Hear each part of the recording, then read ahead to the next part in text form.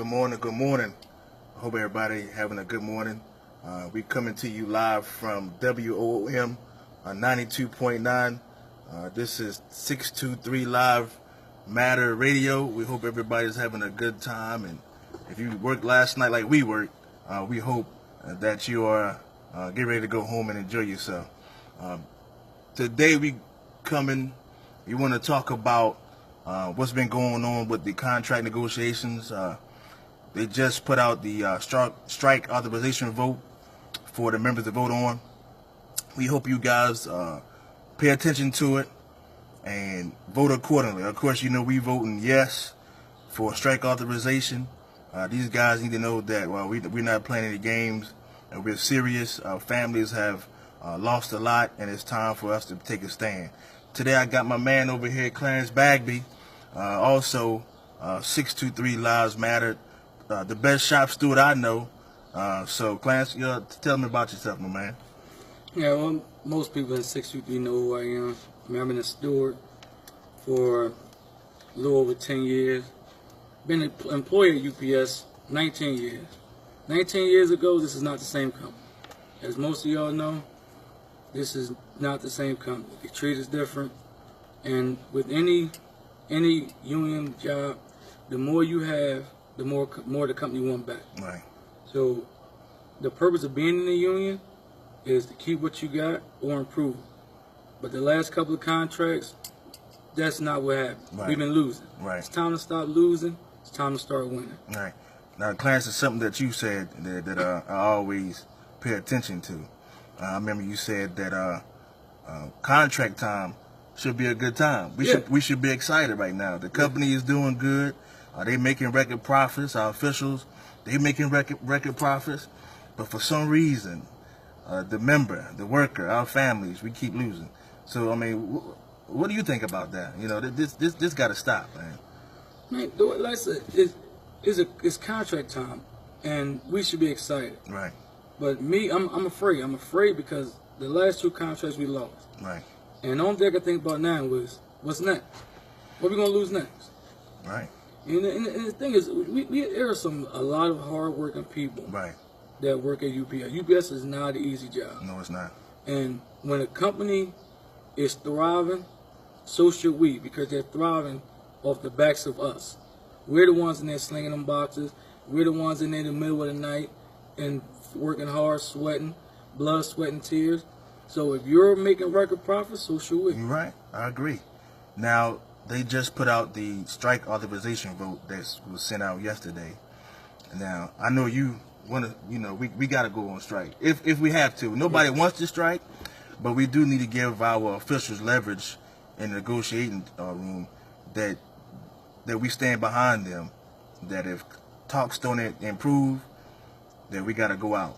We got to go out. These guys, they lost about $800 million in 97 during those 2 weeks. And these guys they make way more money than they did back in 97. So, they are going to lose a lot of money. We're going to lose too, but we ain't losing no millions of dollars. No. We ain't losing no millions of dollars, So, I mean, what do you think about this whole contract situation? Well, nobody actually wants to strike. Right. But sometimes you got to do what you don't want to do to get where you want to go. Right. So, for us, that's like our only option. Yeah. When this company is set on taking back everything that we worked, because everything we have now didn't come from us.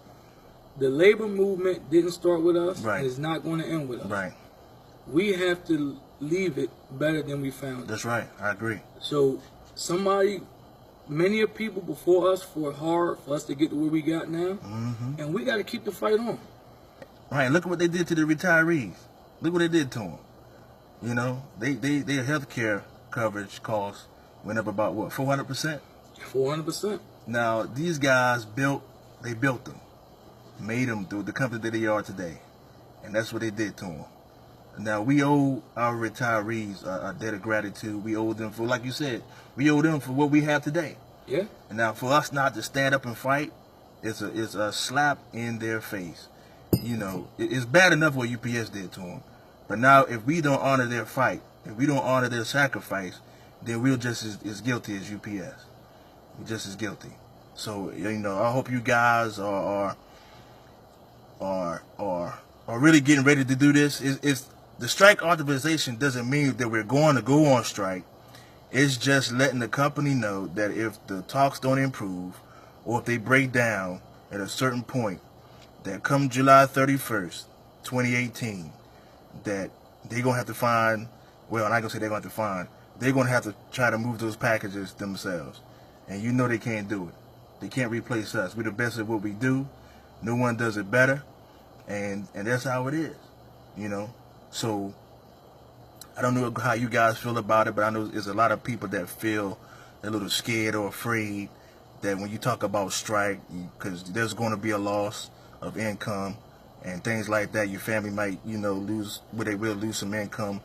But I would rather lose a little bit now than to lose a whole lot later. Yeah. Because the fact of the matter is, sometimes you have to lose the game. Right. Nothing in this world is going to come easy. Right. And to touch on a little bit what you said about the retirees, is really sad if we let the company take back everything they got. Right. Them guys fought hard for us to give us what we got, and there's no reason why they should be paying 400% more. 400%. 400%. 400% more. There's no reason for that. And the way I see it, it's not going to end with them. If we don't stop it now, who's to say what's going to happen when we retire? Right. The next generation, they're going to be in the same, might be in a worse situation than we are if we don't stand up, So, Clarence, you've been in a shop steward for how long? Over 10 years. Over 10 years. Now, what made you decide to get more involved? Because you was a shop steward before we decided to run for office and get involved and come up with the whole 623 Lives Matter. What made you, what was the point where you figured that you had to do more than just be a shop steward, where you had to do more than just file the grievances and all that kind of thing? What pushed you to be more active? I never actually wanted to be a shop steward. This job kind of found me. Right. So it was opening. Mr. Jumbo Daniels said, "Look, I need you to be my officer." So okay, whatever. Right. Cause I was young. Yeah. I wasn't really into it. Right.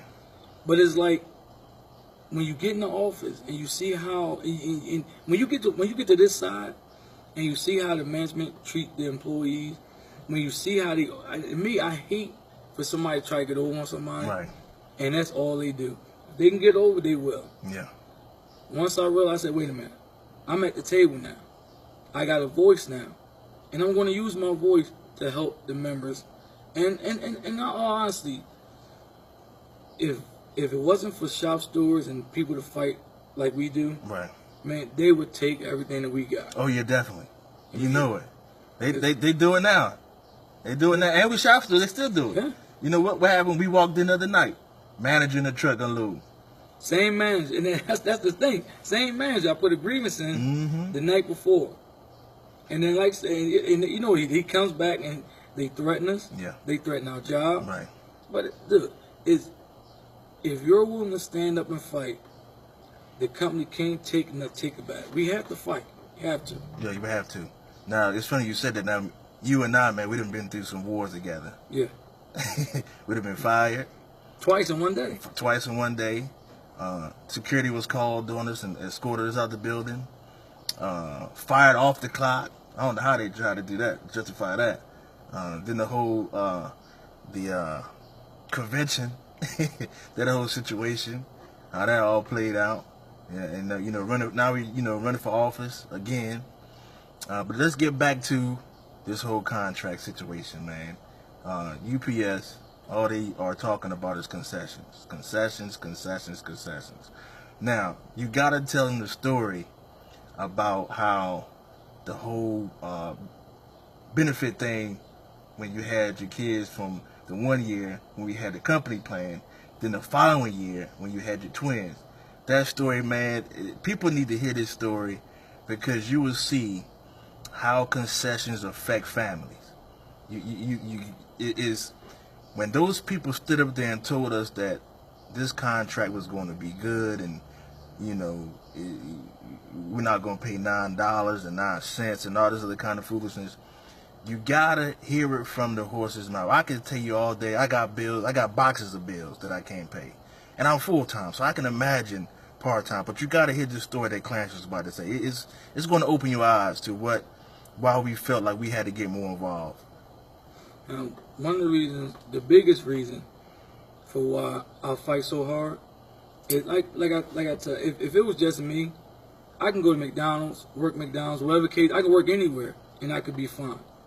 But I have a family to support, and we work hard to do so. Right. But we had the UPS plan in 2013, and the UPS plan is good. It was great. I had a daughter, and went to the hospital. All the bills were paid. I didn't have to worry about anything. All I had to do was worry about my daughter being healthy and safe. That's all I had to worry about. The following year, I had a set of twins, and now we're into the team care plan. Right. Same hospital, same doctors, same everything. Only thing different is the insurance. Now all of a sudden, I got all these bills. Still, I mean, I got bills now I ain't even open yet, because I got so many bills, and from what I was told, it was going to mirror what we had. Mm-hmm. So if it mirrors what we had, then why am I getting all these extra bills? Right. And that's ridiculous. Right. Right. And even to go further, my wife, who I love dearly and I would do anything for, she goes to the doctor to get glasses, no problem. The glasses are paid for. Under the UPS plan. Under the UPS plan. Right. Let's go to the doctor now, they talking about $300. Like, right. What happened? And you full time, full-time. top rate. Yeah. So just imagine a part timer, right, who is not making as much money as we make, having the same situation happen to them, and for our officials to sit up there and tell us all this stuff, I think, and UPS, they are the ultimate enemy, so to speak. But when your officials are aiding and abetting them to get over on you, it's hard because you know you got to fight the company. Yeah. But when your people are selling you out, what do? But you can't complain about it. You got to stand up and you got to fight. You got to fight them. You know, and I know everybody's saying, well, you got to work together, and you're right. But I think as a rank and file member, I think what we got to concentrate on is doing this ourselves and not trying to concentrate on the IBT or trying to worry about what our e-board is doing, because they don't have our back. They don't. Regardless of what you hear or see, they don't have our back. And I think the rank and file members need to stand together and make sure that we get a good contract, because we don't want to have to live by it. The IBT doesn't have to live by it. Our officials don't have to live by it. We have to live by it. So I think we need to be mindful of that we need to come together more. And, you know, don't worry about who's in office, because they're not going to help us. We got to help ourselves. Because when you go home, when you get your check, those guys are not going to be there. Your family's going to be there. You know, your wife, your husband, your children, whoever you take care of, they're going to be there. So you need to do what's best for them. And the people that we have in these offices are not concerned about your family. If they were concerned, we would know more about this contract than what we do. We got 2 months left. A little less. A little less than 2 months. And we know nothing. We don't know anything. All we know is we made progress. What's progress, though? Right. They said the same thing in 2013. Look what happened. Yeah. Was that progress? Nope. So we need to really come together as rank and file members. You know, there are some good leaders out there. 251, Local 80, you know, and Local 89, some others. Tony Jones, those guys are really, really good. But for the rest of us who don't have those leaders like that, we have to band together as the rank and file and make sure we get a good contract. Because Clarence, I'm gonna tell you, they wouldn't have filed an F7 notice if the members didn't get involved like we did. They wouldn't have filed it. But you know what that means? That to me means, like I tell people all the time, doesn't matter who's in office. Yeah. at the end of the day, the members are the union. They are the union, right? We pay dues to them, so they don't work. We don't work for them. Right. They work for us. They work for us. They work for us. For you to negotiate a contract that we have to live by, that I got to go home and tell my wife and kids this is what we're getting, but I don't know what's going on. Yeah. Now that's a tragedy. It is. It is. It is. Now, I remember you asking them at the union meeting about transparency. Yeah. Transparency means you can see through. You can see what everything's out in the open. Right. So, what's with this brownout? They don't care about us, man.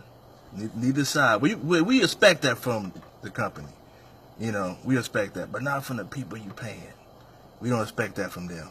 They are our officials. We elected them. You know, whether you like them or not, whether you trust them or not, they are officials. So they have an obligation. It really, if you want to look at it, they don't have an obligation to you or me. They have an obligation to our dues. So, and they need to honor that, and they're not honoring it. They're not honoring it. When you pay money for something, you're supposed to get it. Like, you know, when you take your car to get serviced, when you pay for it, you expect the car to be serviced correctly. Right. If it's not, then, you know, you got a problem. You got to go back until they get it right, or go to another mechanic. Right. So, you know, I don't know, but how do you feel about this contract, man? You think we gonna make it? You think we gonna get a good one? But here's the thing: I'm hoping, but I'm afraid because if you go by history, Yeah. the last two contracts are filled with concessions. Right. And there's no reason why a $6 billion company have people working part-time for over 20 years. Right. Still waiting to get full-time. Right. Then on top of that, you got to wait another 4 years to get top rates. So by the time you get to that point, it's almost time for you to retire. Right. And we didn't all spoke about what they did to retirees. Yeah. So, Yeah. It's just, sometimes I wonder, man, you know, what these guys, what they think about when they in there, you know. Like you said, it'd be something different if they was transparent about what's happening. You know, then we would know, okay, these guys are fighting for it. These guys have got our back. But when you constantly don't know, and then they drop a bomb on you like they did in 2013, and you see what they're doing now, it's hard to trust people like that, especially when you got money involved. You know what I mean? So, I don't know. I'm hoping these guys get it together, man, because our members need to have, they need a refreshment of what leadership looks like, and we don't have it, man. We don't have it. And then the company exploits that because they know. Yeah, they know. Yeah, they know. And they exploit it. And they exploit the weakness of our leaders, and that trickles down to the members. The members don't want to file the grievances. Members don't want to participate. Members don't want to come to the hall. Members don't want to ask questions, you know. And some of it, they got to get out of that, you know, and rise above what the leaders are doing. That's what we had to do. Because we was with them. Yeah, we was. We was with those guys for years. And everybody know, and it's no secret. In 2013, we backed them. Yeah. And I'll believe in you until you give me a reason not to. Right. I said, if you lie and I can't trust what you're saying, I'm never going to. It's hard. Trust is one thing that's hard to get back. Yeah, it is. Once you lose it, it's very, very hard to get back. Especially when you're paying. Yes, every week. Especially when you're paying every week. That's the part that people gotta understand. You paying for something that we're not getting, you know. And I've heard people say, and I've said it before. I heard people say, "Yeah, well, y'all should be happy. Y'all have a job. Yeah. Y'all should." But no, we should be happy we have a job. But on the other hand, a $6 billion company need to be happy. They got workers who come in the middle of the night, bust their humps, so that they can make that $6 billion profit. Right. Without us, there is no $6 billion profit. Right. And that's the bottom line. Right. Now you saw the whole what's my man name? Kenneth Newman. Oh yeah. Supervisor.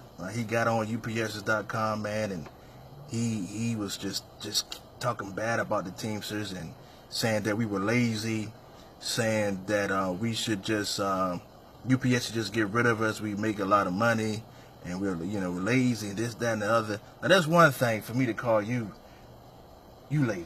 Like growing up, you know, you got brothers, I got a brother. Now, you smack him up a little bit, you know, that's your brother. But can't nobody else do that but you. Yeah. Now, when somebody else come in there and start talking, now we got a big problem now.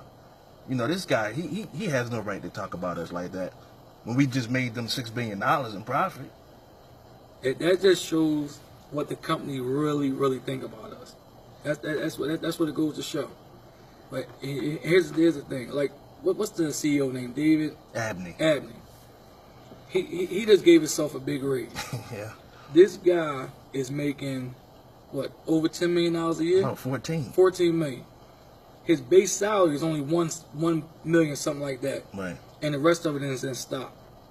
The stock is high because of us. That's just the bottom line. The better job we do, the more the stock raises up. Yeah. So you go into negotiations and you want to take back from the people who are the ones that are giving you that lifestyle. Right. And you want to take back the little that we have, you want to take it back. Mm-hmm. And to say something like we're lazy, nobody that works at UPS is lazy. No. There's no way you can get up in the middle of the night or whatever shift you have and do what we do for the little bit of time that we do it, and there's no way that you can call us lazy. Right. And if you ask me, most of these supervisors who come in here are more lazy than any workers. Well, that's why they took the job. That's why they take the job. Right. That's why they took the job. They can't do what we do, and we the best at it. You know what I mean? That's why we get the wage we get, but we pay for that wage. You know, the benefits that we do have, even though they're not like they were, we still pay for them. Everything that we get, we pay for. We done paid for it. So, you know, nothing is given because we are already paid for it. Our families paid for it. Like you said, we work in the middle of the night. The drivers work. They don't even get to see their families, you know. I saw a picture of one of the drivers. I can't remember where he was from. Normally when he comes home, his daughter is asleep every night. But one night, you know, he was able to catch her. And it was a picture he put on the Vote No page. And it was him and his daughter sitting on the curb, and they were just talking. That picture meant a lot to me, you know, and I still think about it because that man works hard to provide for his family that he can't even see.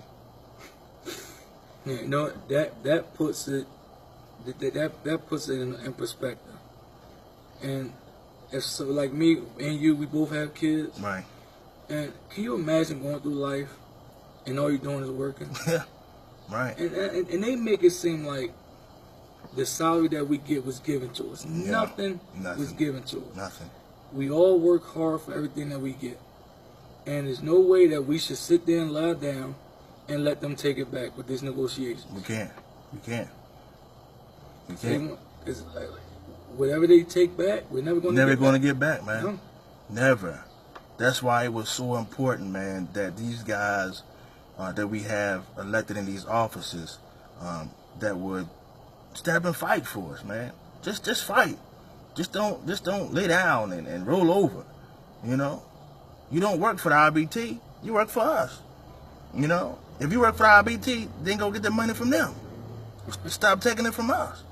You know, and that's why I can't understand these guys, man. I don't get them. Like you say all the time, why are they scared? They don't work for the company. There's no reason. This thing is no reason to be. They should be scared of us because that's what we work for. Right. And you're in an elected position. Right. And when I was elected steward, and the new stewards that I talk to and I help out, I tell them all the time, there's going to be one group of people that's not going to like you. Either the members aren't going to like you, or the supervisors aren't going to like you because the two are going to clash. Right. And I always ask this question: what group is more important? Right. And the supervisors don't have a vote. Right. I work for the members. I don't work for the supervisor, so I can care less about the members that elected me in this position. Right. And that's what it's all about, the members. That's all it's ever been about, the members. That's why we do what we do. Yeah. For the members, you know? And that's why we decided that we needed to take a bigger role in trying to change the union into a more positive and productive and purposeful union, because the members, man, they feel disenfranchised. they feel left back. The part-timer, man, they feel like they don't even matter, you know, and they make up most of the membership, and they don't even feel like they are part of anything. I tell you one thing, the one thing that really pisses me off about our union is you tell these members who are paying you dues, if there's a violation, you put a grievance in. But then you put that grievance in, the company retaliates against you, and then what? Right. And like I said, we've been, like you said, we've been through wars, we've been fired, we've been retaliated against all the time. Right. And we still do it because the members need us. But when you tell these people to put grievances in, and that is the right way to go, you need to be down there backing them up, letting them know that retaliation is a violation also. Right, it is. And it's not going to be tolerated. Right. I agree, man. But now there's a lot of questions about the contract because, you know, we're telling people to say no to concessions and then say yes to the strike vote. So we don't want you guys to get confused. The ballots that were mailed out yesterday is the strike authorization vote. So when you get that, now it's what we agree upon is that we should vote yes for a strike authorization. We need to give our officials the backing they need to authorize a strike if need be. So we don't want you guys to get confused with, you know, saying no to concessions and then we telling you to vote yes to the strike vote. Strike vote, authorization vote, and the concessions, saying no to concessions is two different things. So don't get confused. We probably, when we get our ballots, we're going to get online and show everybody how to do it so there won't be no confusion. I talked to an ABF member a couple of nights ago because ABF, they just did their voting electronically. So I wanted to find out, you know, how it went and how easy it was. And he told me it was very easy. Directions are clear. You could do it on your phone, tablet, computer. You could actually call in, and I think it might be automated if you know, don't have internet connection. So they really are pushing this electronic voting. And so when you get your ballot, just read the directions. They're very simple, according to the ABF member. So just pay attention and vote yes to the strike authorization. You know, that's the bottom line, because we got to get a good contract. We deserve it. We demand it. Our families deserve it and demand it because, like Clarence said, the last two, man, they really sold us out. And you can only put the blame on the company so much because the company is in business to make as much money as possible. So, you know, we got to put ourselves on the hot seat. There's a lot of things that we could have done. And I think now more than ever, we need to stop concentrating on looking for our leaders to back us up. We got to back ourselves up on this one. We got to put whatever difference that we have and make sure we get a good contract, because I just don't believe in my heart that our leaders are for us. They've shown it for the last two contracts. And, you know, so we got to do this on our own. You know, I hate to say it, but we got to do this. We got to do this on our own, man, because it's our livelihood. It's not theirs. You know, I think our e-board, man, they haven't had to work in about, what 18 years? At least since, well, I think, yeah. It's about been, 18 it's years. been a good year. So, you know, they, you know, probably forgot. They got complacent. I tell you one thing. If the strike authorization vote is very, very important. Yeah. It's to send a message to the company that we will not accept anything that you give us, and we will be willing to walk off the job until we get what we want. Right. But let's take it a step further. We also got to send a message to our officials that don't send us no bull crap to vote on. Because if you send us a concession-filled contract to vote on, then that's where the vote no comes in. Right. We're going to vote yes to the strike to let the company know that we're willing to walk off till we get what we want. And we're going to vote no to our officials if they give us some bull crap to vote on that's not what we deserve. Right. So we got to send two messages, one to the company and one to our officials. Yeah, I agree. Yeah, they both got to know that we're not playing no games this time, man. You know, and one thing is different about this time than 2013 it's more people are more involved than it was. This last time, I think the officials played both sides against the middle. You know what I mean? It was kind of like, yeah, we can get it passed because these guys don't like these guys, and they don't like them, and we can get this passed because it's too much division. Now there's no division in the rank and file this time. There may be some division when it comes to who's in office, but when it comes to getting a good contract and voting and saying no to concessions, you know, I don't see much division in that, because everybody's tired of being dominated by the company, and they're tired of what our elected people are doing, because they're not doing anything to prevent it. So, you know, I want you guys to really pay attention to what's going on, because this is serious. This contract is going to shape not just today. It's going to shape tomorrow, you know, because people are watching, you know, people looking at the teachers, you know, from West Virginia and Arizona and all these places, man. Look what they did. They got together and they got what they wanted, and we got to do the same thing. You know, we have to do the same thing. We have to show that same solidarity, that same enthusiasm, that same fight, to let the powers that be know that, you know, we're not going to take it no more. We got to draw a line in the sand. You know, no one wants to strike, but no one wants to be treated like we've been treated either. Right. You know, because we deserve better. You know, everybody, these guys make a lot of money. $6 billion in profit, man. After everybody done got paid, all the lights was paid, all the trucks got gas in them. You know, all the new trucks. Right. All these new trucks right. they got. Automation and all this stuff, you know. So we got an obligation to ourselves, to our brothers and sisters. We got an obligation to our families and to the retirees. You know, we owe everybody, you know, and until that debt is paid, which will never be, we got to keep fighting. We got to keep fighting, because these guys are not going to give us anything. We're going to have to take it. You know, just like, you know, UPS do what they want to do.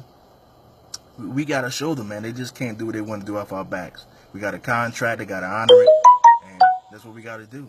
You know, so don't be discouraged with what you hear or what you see. We can get through it. We just got to work together and fight as one team. You know, that's all. We can get through anything. We work together. There's no one or no company that can beat the Teamsters if we all work together. And you guys have to remember this. What you stand up for today is what you're going to enjoy tomorrow. Yeah. And like I said, you talk about automation. That's something that we really need to talk about. Yeah. Because the fact of the matter is, when automation comes, the jobs are going to be gone. Yeah. We're going to lose jobs with automation. And they are using the concessions that they get from us to pay for all this stuff. Mm-hmm. So if they can take money from us, they're going to take it and they're going to use it to build these automated small stores and all this automated stuff, and it's going to cost us jobs. Right. So right. we really need to think about that. Yeah. That's the thing we really need to think about. Right. Concessions mean loss of jobs. Yep. Yep. So what you stand up for today is what you're going to enjoy tomorrow. Right. I agree. I agree with that, man. Because they just keep taking, man. They just keep taking, and we don't get anything. We don't get nothing. You know. So you know, I hope you guys enjoy this, because we got to get out of here soon for the next group. Don't forget Saturday union meeting, 10 o'clock, 4369 Richmond Street. This is the last one of the summer. I'm pretty sure they're going to have one to discuss the contract later on. But for the general membership meeting, this is the last one. So it'll be good that everybody comes out. I know everybody's going to be upset. There's going to be probably a lot of yelling and screaming. But I will tell you this. After you yelled and screamed at the e-board, nothing's going to change. So, you know, you might as well save it and just work together, get a good contract. Because I don't know how many times people done yelled and screamed. Yeah. And what happened? Nothing. Nothing. So, oh yeah, we want to tell you guys about South Philadelphia Community Radio, WOOM 92.9. Make sure you listen, not just to our show, just listen in general. They have some great music. They got a lot of great people coming down from all over, different backgrounds, different nationalities, different cultures. Very positive, you know. That's what we wanted to be a part of, a positive experience that we could bring to you guys every week. You know, keep supporting us, and we appreciate it. We love you guys. That's what this is all about: promoting positivity, promoting productivity, and promoting purpose. Cause that's what we got to do. We're stuck right now where we at, but we can get out of it. We just got to work together and make sure that happens. We got to vote too. We got to vote. You guys know we plan on running again for the local election next year. So we gonna need you guys to make sure you come out and vote, because voting is very, very important. We complain a lot. We fight each other a lot. But when it comes down to putting on paper, nobody show up. You know, nobody show up. Nobody show up. And the people and the officials look at that. The officials look at that, and the companies look at that. Yeah.